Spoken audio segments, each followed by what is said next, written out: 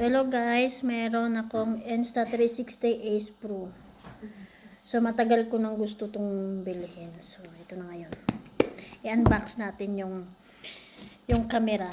Yung isa dyan bagong unbox ng iPhone 17 Pro Max. Uy! Sana all naka-iPhone 17 Pro Max, no? Diyos ko. Ang mahal. Charan! Pero ito alam ko talaga, ito talaga alam ko kung paano buksan to, te. Yung iPhone mo kanina.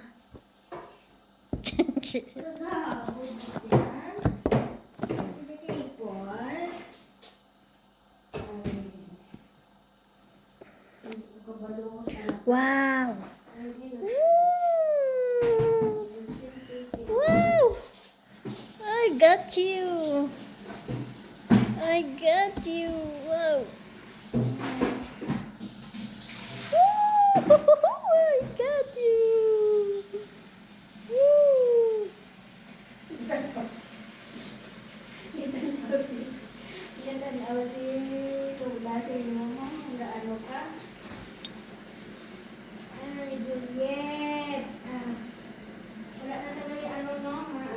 Guys, pwede siyang ma-flip. Alam mo yun? May ano siya, may holder. Wala.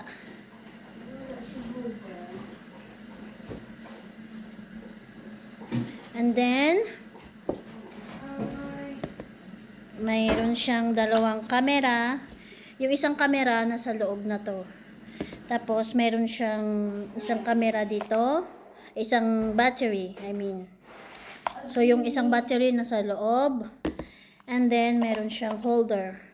Na for the mount ng holder. Yung parang selfie stick, ganun. So, ayan. Pero bibilhan ko pa to siya ng ano, yung pang picture talaga na parang casing. Amo na sa kadako?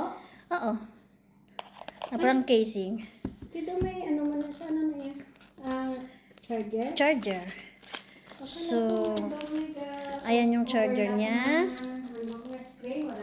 Bibilhan ko pa yun. Another yun. Tapos ito yung mga ano niya guys, mga ano tawag dito? Mga instructions. So, yun lang. So, I'm very happy na meron na akong ganitong ano. Maganda kasi to siya guys sa ano, pagdating sa mga low light na like ano, yung madilim. Super ganda ng kuha nito. Diba?